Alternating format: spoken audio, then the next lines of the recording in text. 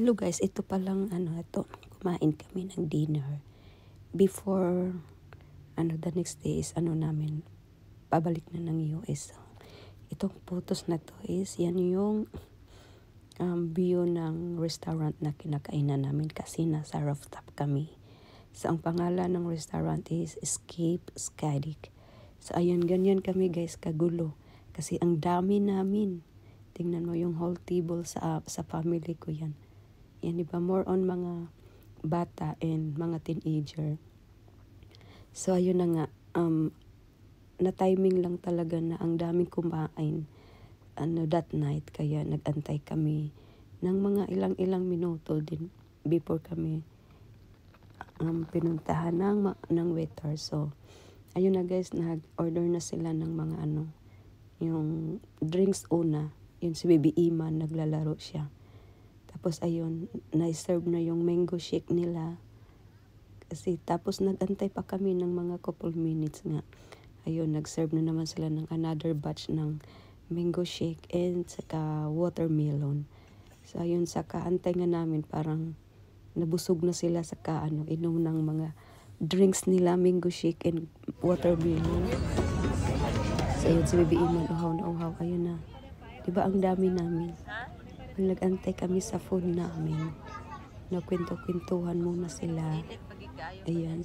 Tapos yung asawa ko, not feeling well kasi sa ubo and sipon ako din. Ayun, na-serve na yung watermelon. Ang dami ng mga drinks nila sa mga kids and mga teenager. So, ayun, yung itong restaurant na to, guys, medyo may pagkamahal. Kaso, nga, limited lang yung, yung ibang pagkain nila. Yung iba, naglagay sila sa menu na hindi na available. So, ayun. Kaya ang nangyari guys, yung in-order ng mga pamangkin ko is more on chicken, either buffalo wings and basta chicken, more on chicken sila as in. Tapos yung isang pamangkin ko, ano ba yun? Yung may itlog, sisig pa lang tawag nun. Yung in-order nila, dalawa ata in-order nila. So, ayun yung pag-serve ng pagkain nila siya, hindi na ako nakapag video or pictures kasi medyo matagal-tagal kasi yung pag-antay namin sa food namin. So kaya ayun, kinain na nila.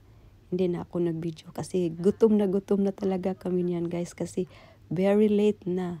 Nakarating kami niyan mga 8 ata or 7:30, tapos na-serve na yung pagkain namin mga almost 9 o'clock kasi nga sa dami ng kumakain, busy kasi that night. So ayun, na-serve na yung rice at saka yung ibang in-order nila. So every time na ilagay yung in-order nila, hala, kain. Tapos yung nakakatawa yung akin guys, ako yung pinakahuli na na-serve yung in-order ko kasi ang dami nga talagang nag-order. So kaya ayun, sila kumain na, tapos ako nagantay pa ako. Tapos yung asawa ko, ang in-order niya lang is yung pizza na pepperoni. Actually, ang inano niya, parang Hawaiian ata na pizza yung in-order niya. Pero nag-mistake yung waiter. Yung na-serve is yung pepperoni. So, kaya ayun, kinain nila ng asawa ko. Kasi nga, gutom nga kami. Pero, nag-serve din sila ng yung sinabi din namin yung talaga yung in-order ng asawa ko. Yung Hawaiian pizza. Alam mo yung merong mga pineapple something. So, ayun yung pepperoni. Pero yung Hawaiian na pizza, hindi ko na nabidyohan kasi yun nga, kumain na din ako. Tapos, ayun, yun yung mga lang na putos na galing pa sa kanila na sinend nila sa akin. Yung sabaw sa akin yan, cream cheese. Ang sarap din yan. So, ayun, may yung mga burger sa pamangkin ko. Tapos, meron pa isa. I think isa lang ata, parang na-doble ko lang yung nailagay ko dito. So yun, basta more on yung pagkain namin. Yan sa akin ito, yung pork chop. Tapos merong nag-order ng hot chocolate. Yun, more on manok talaga sila guys. Buffalo and other chicken, pero iba naman yung pagluto. Yun yung talagang in-order nila. Ito, hindi ko alam ano ito. Chicken curry ata ito. Sa pamangkin ko naman na dalawa yung pamangkin kong si Nicole at saka si CD ata, same order. Tapos ito, another na naman, chicken wings na naman. Sa dami ng anuin kasi nga limited lang yung food nila that night. So ayun, nag-enjoy na kami kumain lahat-lahat. At yung drinks nga nila mango shake and watermelon. Tapos sa amin, hindi ko alam ano pangalan ng in-order ng asawa ko. Basta sa akin yung wine. So yan yung view sa rooftop ng Escape Skydick.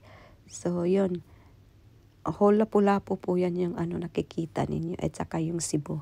So ayun guys, thank you for watching. Bye!